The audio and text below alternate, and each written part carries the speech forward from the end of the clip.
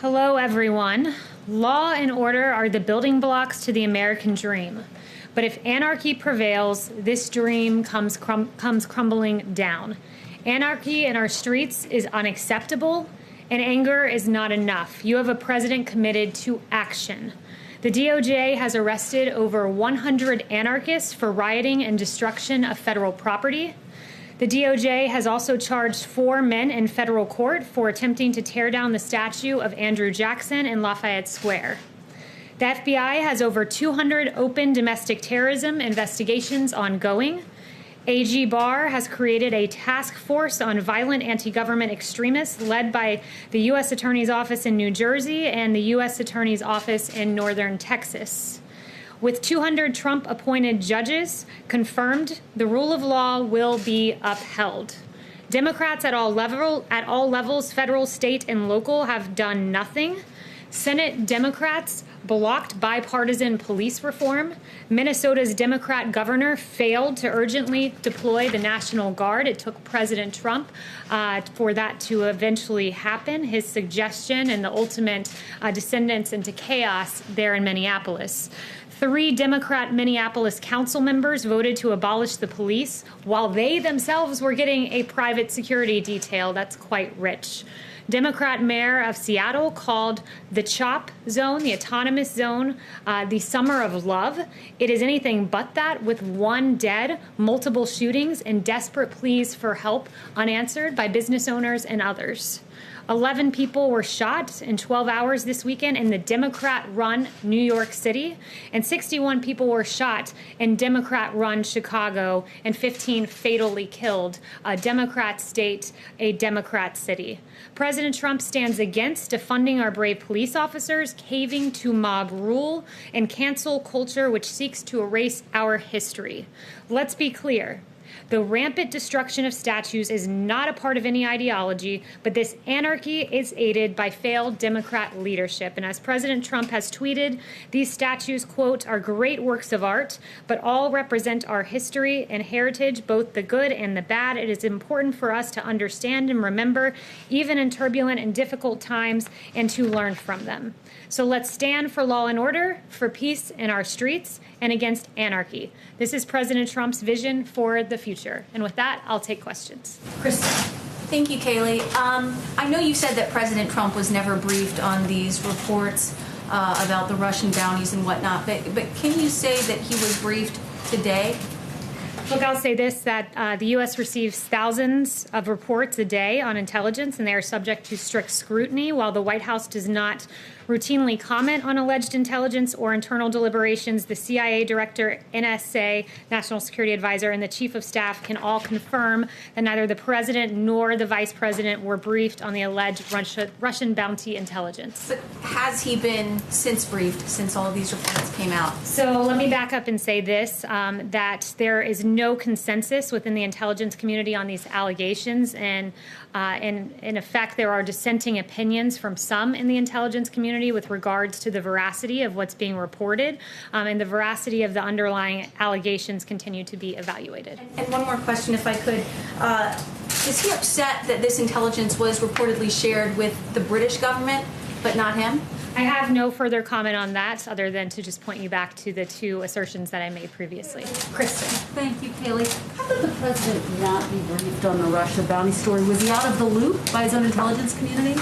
No, as I noted, there was not a consensus among the intelligence community, and in fact, there were dissenting opinions within the intelligence community, and it would not be elevated to the president until it was verified. President Trump tweeted overnight, "Intel just spoke to me." What specifically does that mean? Who spoke to him?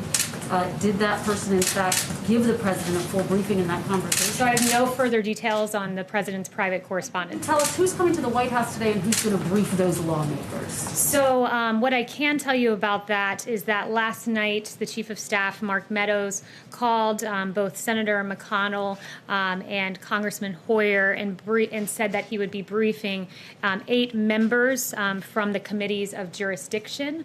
So there was a bipartisan invitation extended targeted, but no further details other than Is that. that briefing going to happen today, Kayleigh? Yes, it was ongoing at the time when I came out here, or at least it had started, I think, 30 minutes prior to me coming out here. But they're going to come to the White House? I just want to be clear about what's happening. Members of Congress have come or coming to the White House? Yes. Caitlin. Okay, I have two questions. One, isn't it concerning that there was even a hint of credibility to this report that the Russians were offering to pay Taliban-linked militants to kill American troops, and the president was not told about it? Has the National Security Advisor or anyone explained why they didn't think it rose to the level that the commander-in-chief should find out about it? So intelligence is verified before it reaches the President of the United States, and in this case, it was not verified. I would note this, though, when the president, there's no stronger advocate for our servicemen and women than President Trump. He never hesitates to act when there is a threat to our servicemen and women. For example, in Syria in 2018, when dozens of Russian mercenaries were killed in retaliatory defensive U.S.-led strikes. So when our adversaries have directly targeted U.S. or coalition partners, the president has not hesitated to act, but this was not briefed up to the president because it was not, in fact, verified. So I understand it has to be verified, but not everything in his daily briefings or in the presidential daily brief that's the written document is airtight. They let the president know about what they are hearing. That's why it's intelligence. So why would that not have been something that rose to that level if, we're sharing it with other countries? The National Security Council and the intelligence community constantly evaluate intelligence reports, and they brief the president as necessary. Okay, so my other question is, if this does be borne out to where the president believes that it is true, what is he going to do to hold Russia accountable? And is he still going to invite Vladimir Putin to the G7, G8, whatever he's thinking of having in the fall? I won't speculate on whether this intelligence is verified or not verified, and I won't get ahead of the president on further actions, but I would just point out that no one... officials are not disputing that this is not true. No one, Ratcliffe is not disputing this. There are dissenting opinions within the intelligence community, and I can confirm with you right now that there's no consensus within the intelligence community on these allegations.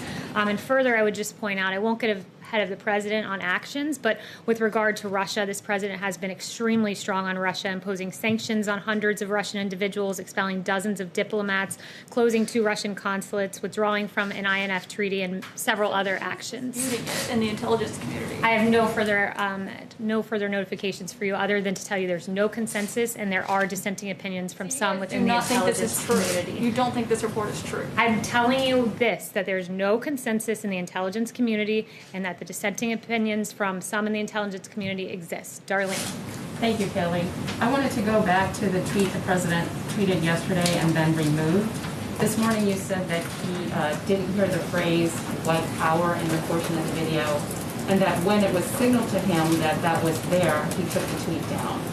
So does the president retweet other people's tweets and videos without knowing the full contents of what he's retweeting? No, he did not hear that particular phrase when he tweeted out the video. And To the video before retweeting it? he did, and he did not hear that particular phrase. Also, given your opening, do you have any comment on Mississippi taking steps to remove the Confederate emblem from the state flag? I would say that that's a decision for Mississippi to make, and it's commendable that they took this action in a lawful manner and took the appropriate steps rather than trying to tear down statues and monuments. Thanks, Kayleigh. One follow-up on the Russia and then one on another issue. Does the president have a specific message for Moscow given these reports? A specific message for Moscow? No, because he has not been briefed on the matter. As I noted, there's no consensus among the intelligence community, and there are, in fact, dissenting opinions. All right. And on a separate issue, Jacksonville, Florida today apparently is issuing a mask order. That, of course, is where at least part of the RNC will be held later this summer. Has the president's thinking about wearing a mask changed at all, given that order and given the increased coronavirus cases in Texas, Florida, Arizona, and elsewhere? So I talked to the president before coming out here.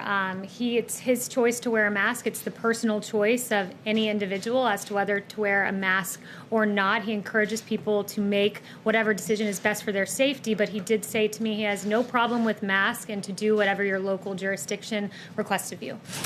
Yes. Thanks, Kayleigh. There have been reports that some American service members actually were killed as a result of this Russian bounty. What information do you have on that?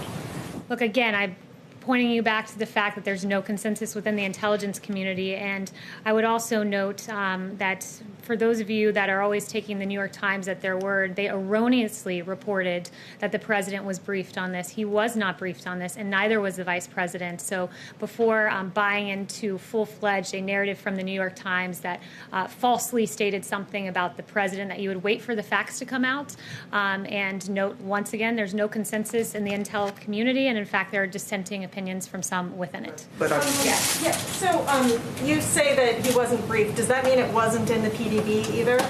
He was not personally briefed on the matter. That is all I can share with you today, is that both the CIA director, the national security advisor, and the chief of staff can all confirm neither the president or the vice president was briefed. Okay, I have a coronavirus question as well, Sure. please. Secretary Azar said that the window is closing.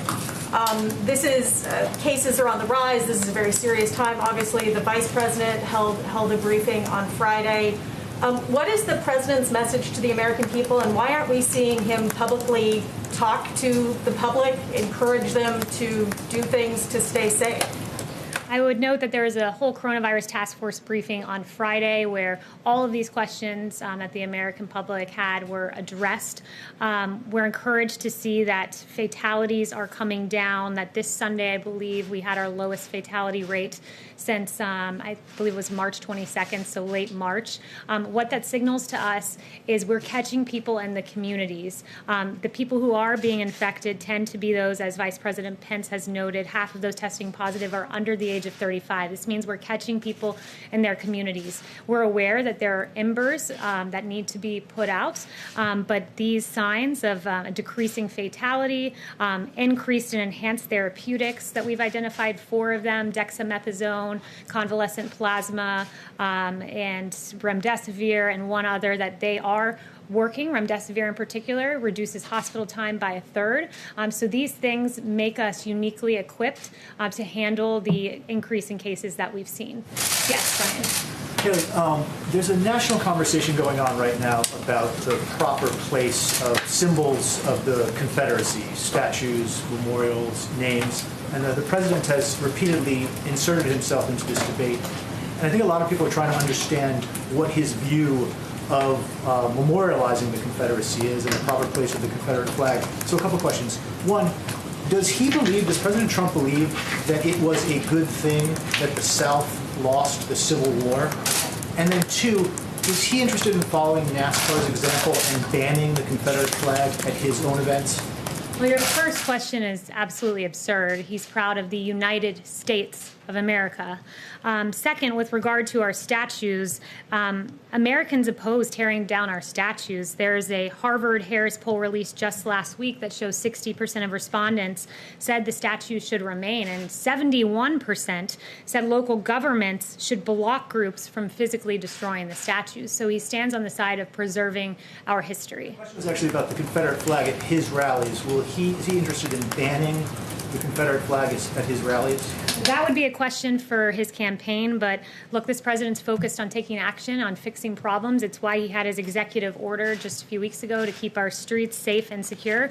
That's where his focus lies, and I think that those who are tearing down statues, they do appear to have no ideology when they're tearing down statues and defacing statues of Matthias Baldwin, an abolitionist, Hans Christian Heg, who died fighting for the Union Army during the Civil War, a memorial for African American soldiers who fought in the Civil War was damaged in Boston, and a monument to fallen police officers was vandalized in Sacramento. This is unacceptable. It's why the president took strong action. It's why he has an executive order saying those tearing down statues will be punished to the fullest extent of the law. It's why 4 people will charge. He will not stand for lawlessness and chaos. He stands with the 71% of Americans who say there is no place for tearing down statues, as these anarchists are doing across the nation. Christian. That it's okay to display the Confederate flag at his events? Christian. Yeah, thanks, Kayleigh. I got a couple. First off, the president's been talking about this big infrastructure push. I'm curious if we're ever going to get a look at the proposal that DOT has been working on.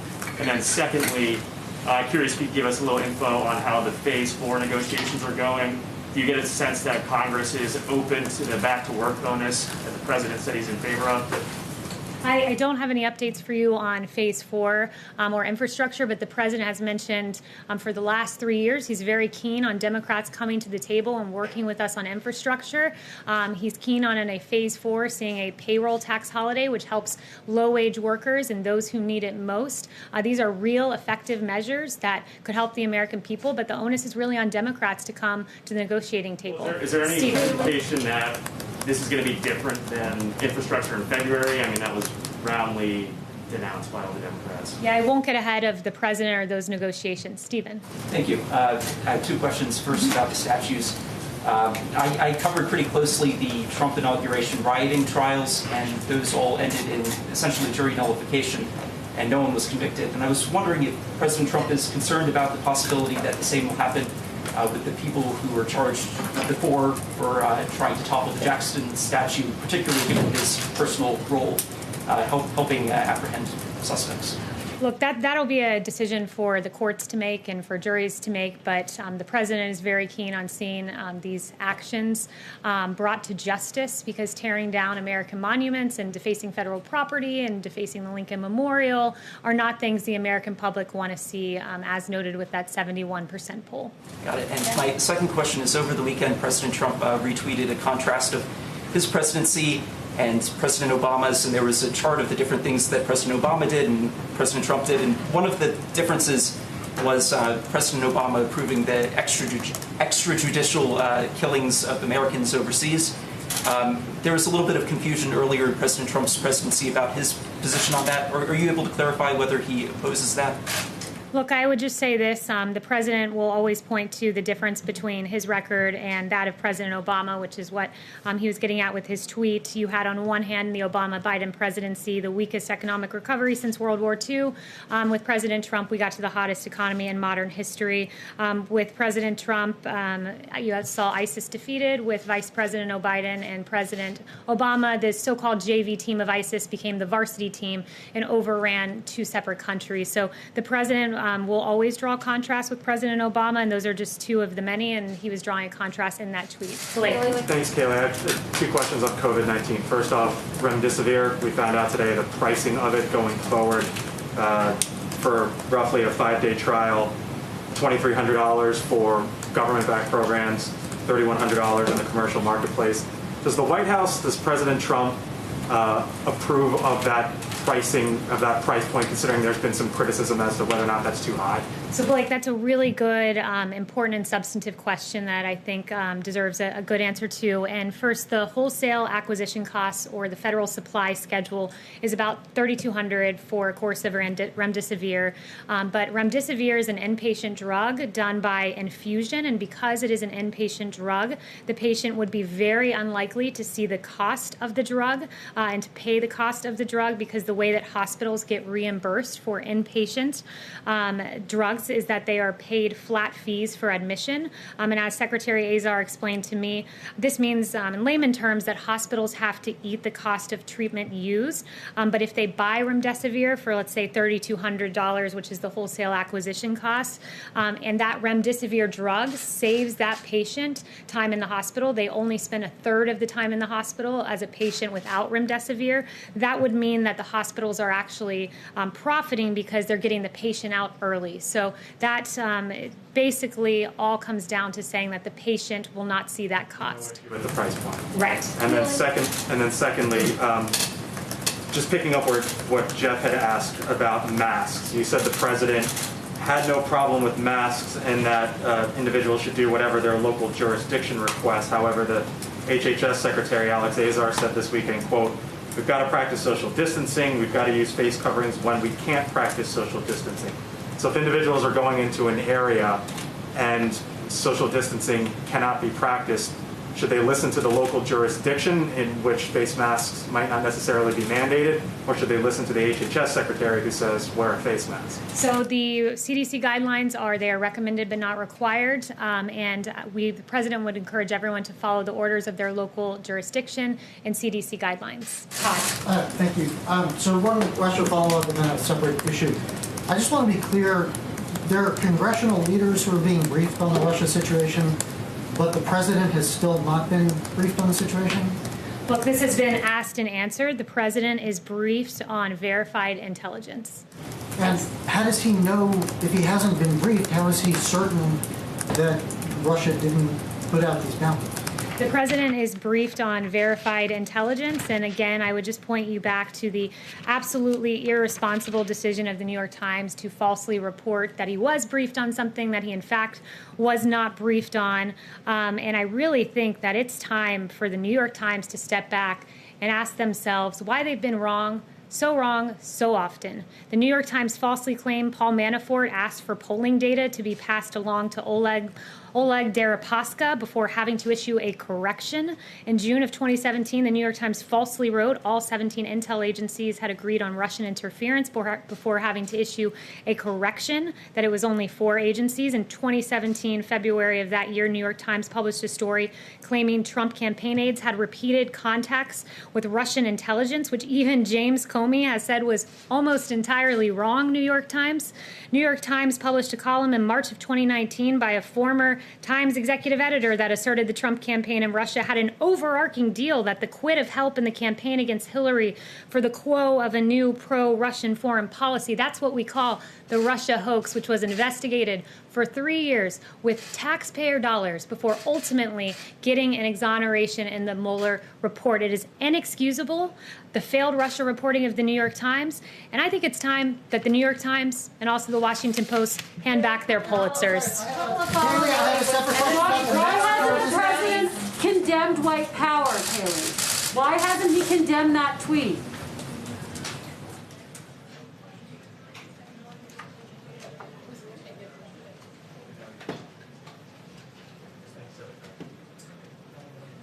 Kayleigh, you going live? Yeah, I'm going to the lawn. I'm going to the house. Okay, thank you. Bye-bye.